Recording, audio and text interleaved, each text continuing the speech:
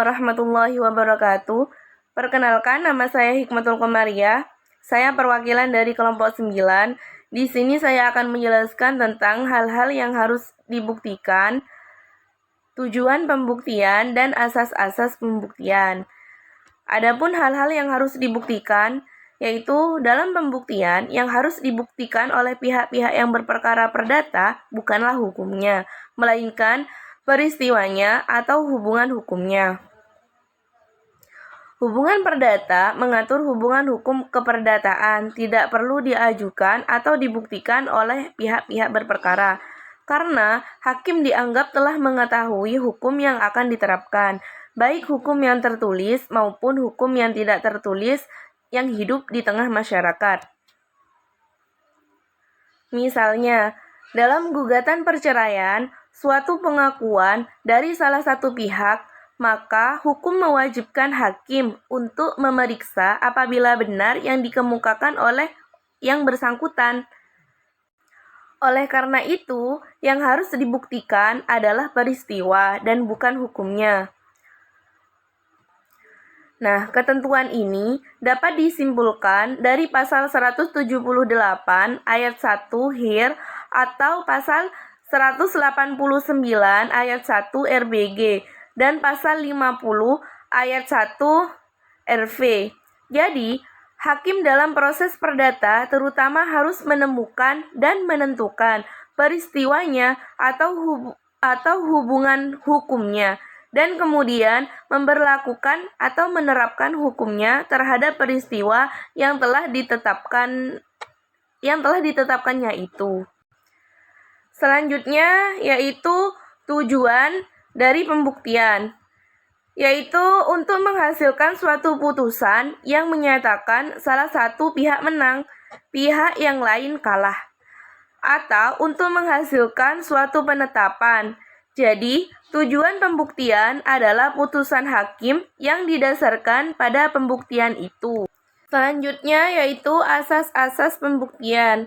Terdapat beberapa asas, diantaranya yang pertama asas audit alteram partem, yaitu asas kesamaan proses dan para pihak yang berperkara.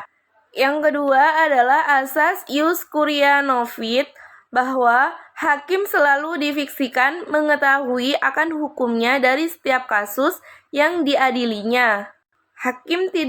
Hakim sama sekali tidak boleh menolak untuk memeriksa perkara hingga putus dengan alasan tidak ada dasar hukumnya.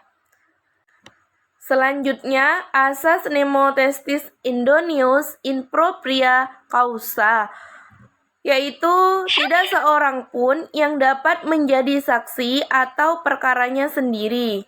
Sehingga berdasarkan asas ini, baik pihak penggugat ataupun pihak tergugat tidak mungkin tampil sebagai saksi dalam persengketaan antara mereka sendiri. Selanjutnya, asas ne ultra petita, bahwa hakim hanya boleh mengabulkan sesuai apa yang dituntut.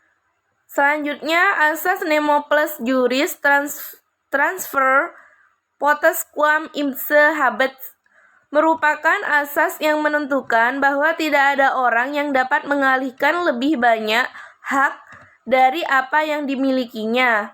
Selanjutnya, asas negativa non san probanda, bahwa sesuatu yang bersifat negatif itu tidak dapat dibuktikan. Selanjutnya, asas actori incambit probatio, bahwa asas ini terkait dengan beban pembuktian.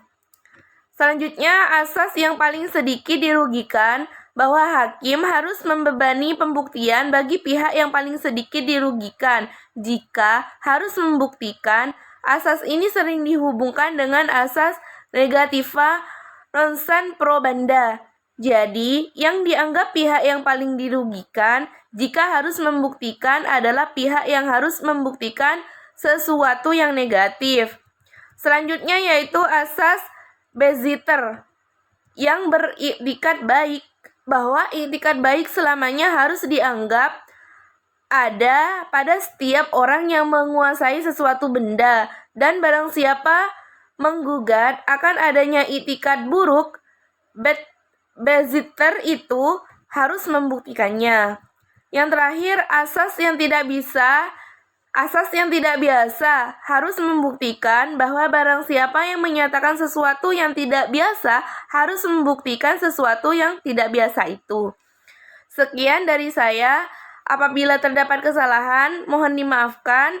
Wassalamualaikum warahmatullahi wabarakatuh.